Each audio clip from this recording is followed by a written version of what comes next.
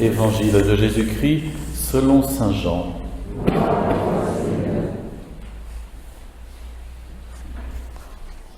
C'était après la mort de Jésus, le soir venu, en ce premier jour de la semaine, alors que les portes du lieu où se trouvaient les disciples étaient verrouillées par crainte des Juifs, Jésus vint et il était là au milieu d'eux. Il leur dit « La paix soit avec vous ». Après cette parole, il leur montra ses mains et son côté. Les disciples furent remplis de joie en voyant le Seigneur. Jésus leur dit de nouveau « La paix soit avec vous ».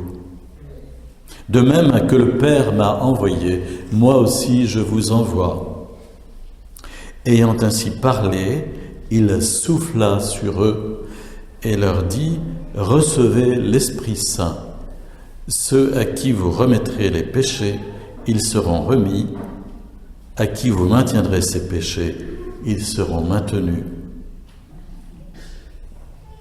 Or, l'un des 12, Thomas, appelé Didyme, c'est-à-dire jumeau, Thomas n'était pas avec eux quand Jésus était venu. Les autres disciples lui disaient « Nous avons vu le Seigneur !» Mais il leur déclara « Si je ne vois pas dans ses mains la marque des clous, si je ne mets pas mon doigt dans la marque des clous, si je ne mets pas la main dans son côté, non, je ne croirai pas. » 8 jours plus tard, les disciples se trouvaient de nouveau dans la maison. Et Thomas était avec eux. Jésus vient, alors que les portes étaient verrouillées. Il était là, au milieu d'eux. Il dit « La paix soit avec vous ». Puis il dit à Thomas « Avance ton doigt ici et vois mes mains. Avance ta main et mets-la dans mon côté. Cesse d'être incrédule, sois croyant. » Alors Thomas lui dit « Mon Seigneur et mon Dieu. » Jésus lui dit « Parce que tu m'as vu, tu crois ? Heureux ceux qui croient sans avoir vu. » Il y a encore beaucoup d'autres signes que Jésus a faits en présence des disciples qui ne sont pas écrits dans ce livre, mais ceux-là ont été écrits pour que vous croyiez que Jésus est le Christ, le Fils de Dieu, et pour qu'en croyant, vous ayez la vie en son nom. Acclamons la parole de Dieu. Louange à toi, Seigneur Jésus. Par 3 fois dans ces passages de la Bible, nous entendons que Jésus vient, Jésus ressuscité vient, et il se trouve là, alors qu'on ne l'attendait pas. Il apparaît, il était déjà présent, mais il se rend visible. On l'a vu dans cet évangile par 2 fois à une semaine d'intervalle, et on l'a vu aussi dans le premier chapitre de l'Apocalypse, où saint Jean nous dit qu'il a eu comme une apparition de Jésus ressuscité. Il a entendu une voix, il s'est retourné, et il a eu une vision où il voyait 7 candélabres d'or, 7 chandeliers, qui représentent les 7 églises d'Asie mineure qui sont visibles depuis l'île de Patmos, où il était sans doute emprisonné dans un travail de forçat aux mines de cuivre de Patmos, en raison de la parole de Dieu, dit-il, donc par persécution. Et de là, on voit une couronne de 7 villes sur la côte. Et Jésus lui dit, envoie une lettre à ces 7 églises. Mais Jésus apparaît comme présent au milieu de ces chandeliers. Et si vous avez bien entendu, il tient dans ses mains 7 étoiles qui représentent les 7 évêques des églises, les 7 responsables des communautés, les 7 candélabres représentant les communautés. Jésus ressuscité est au cœur de l'église. Il est présent au cœur même de l'église. Et dans le livre de l'Apocalypse, Jésus dit, alors que Jean est absolument terrassé par sa vision, en quelque sorte, il tombe à ses pieds comme mort, est-il dit. Jésus pose sa main droite, la droite est toujours dans la Bible le signe de la vigueur créatrice de Dieu, il pose sa main droite sur Jean et il lui dit « Ne crains pas ». Je suis le premier et le dernier, le vivant. J'étais mort et me voilà vivant pour les siècles des siècles. Je détiens les clés de la mort et du séjour des morts. Belle présentation du ressuscité. Je suis le premier, le dernier, le vivant, j'étais mort, me voilà vivant pour les siècles des siècles, je détiens les clés de la mort et du séjour des morts. Le séjour des morts est ouvert, et la mort n'est plus qu'un passage, et Jésus est le vivant qui vient nous chercher. Alors voilà, c'est l'affirmation du cœur même de notre foi chrétienne.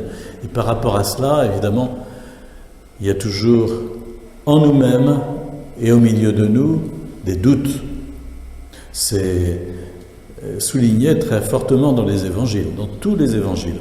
On nous dit que les disciples ont eu du mal à croire à la résurrection de Jésus. Il y a même la finale de l'évangile de Marc qui souligne vraiment à l'encre rouge comment ils n'ont pas voulu croire Marie-Madeleine, n'ont pas voulu croire quand les 2 disciples d'Emmaüs leur ont dit, n'ont pas voulu croire, etc. Et Jésus leur reprocha leur incrédulité de cœur, est-il dit dans saint Marc. Ici, tout est focalisé sur Thomas, qui est un petit peu, si vous voulez, comme dans une bande dessinée, il est arrangé de sorte à vraiment apparaître comme le prototype des gens qui disent moi je ne crois que ce que je vois. Enfin, la phrase que vous entendez abondamment. Et des gens qui disent tout ça c'est des foutaises, c'est pas possible, puis de toute façon personne n'en est jamais revenu, et puis etc. Enfin, on a une tonne comme ça de refrains on se repasse le plat régulièrement pour s'assurer et bétonner dans notre manque dans notre incrédulité. Et en même temps, c'est un non opposé au fait que Dieu puisse tirer le bien du mal. Car si nous proclamons que Jésus est ressuscité, cela veut dire que dans l'invisible, Dieu est capable du mal d'en tirer du bien. Du mal qui est accompli, il est capable d'en tirer du bien. Et si Jésus est mort sur la croix, le Père l'a ressuscité. Et de ce mal, il a tiré un bien pour toute l'humanité. Et Dieu ne cesse, dans l'invisible, de tirer le bien du mal qui est accompli. Ça, c'est difficile à croire. Ça, c'est difficile à croire parce que, précisément, nous n'avons que l'endroit de la tapisserie, et nous ne voyons pas les fils par derrière. Et l'endroit de la tapisserie, il est plutôt noir actuellement. Et on nous présente sans cesse, là encore on nous resserre le plat, on nous présente sans cesse tout ce qui va mal. Mais nous ne voyons pas par derrière la mystérieuse alchimie de Dieu qui, de ce mal, ne cesse d'essayer de tirer du bien. Pas un bien immédiatement perceptible, comme Thomas va pouvoir l'expérimenter, car Jésus va lui dire, écoute, pour toi, je veux bien faire une exception. Vas-y, touche, regarde, enfin, mets ton doigt. Voilà. Mais heureux ceux qui croient sans avoir vu. Heureux ceux qui croient sans avoir vu. La foi n'est pas la vision. La vision, ce sont les sens, ou alors la béatitude éternelle. Mais la foi, c'est un acte théologal qui touche Dieu, mais dans l'invisible, sans même le percevoir. La foi, c'est le Saint-Esprit qui la fait jaillir de notre cœur pour qu'elle se dirige vers Dieu et dise « Seigneur, je crois ». Vous vous souvenez, sur la petite image du chapelet de la miséricorde, la petite phrase que Jésus a demandé à sœur Faustine de vulgariser, c'est « Jésus, j'ai confiance en toi ». Voilà, un acte de foi. « Jésus, j'ai confiance en toi ». Un tout petit acte de foi dans nos combats spirituels de chaque jour, tiré de notre cœur, peut remporter de grandes victoires. Jésus, j'ai confiance en toi. Voilà, Jésus nous appelle à la foi en sa résurrection, nous disant « Heureux, heureux ceux qui croient sans avoir vu ».